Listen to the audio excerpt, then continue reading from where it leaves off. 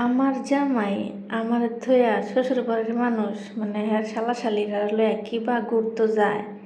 Better মায়া নাই, better একটু মায়া নাই। বেটা কেমনে আমার থইয়া ঘুরতে গেল গা শালাশালিরা লইয়া। বেটা তো বাইত গেছে শ্বশুর বাড়িতে বেড়াইতে গেছে শালাশালিরা লইয়া ঘুরতে গেছে।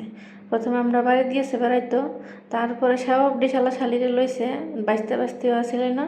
আর আমার তো বোন আসিল, এরা লইয়া গেছে ডিঙ্গাপুতা আর ঘুরতো। কই না হিজল গ্রাম, হিজল বাগান না হিজল গ্রাম। পরে একটা নৌকা ভাড়া করে আলছে।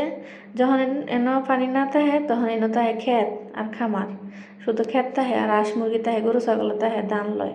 আর এখন পানি হয়েছে, এখন হলো নৌকা দিয়ে মানছে এনতে হেনা যায় আর ঘোরাঘুরিও করে। ওই যে মোবাইলটা দেখা যাইতেছে। আর এরা সবাই ডরাইতেছে যে আমি ভিডিওর মধ্যে ছেড়া দিয়াম, হেলে কি ভিডিও তাইতো না।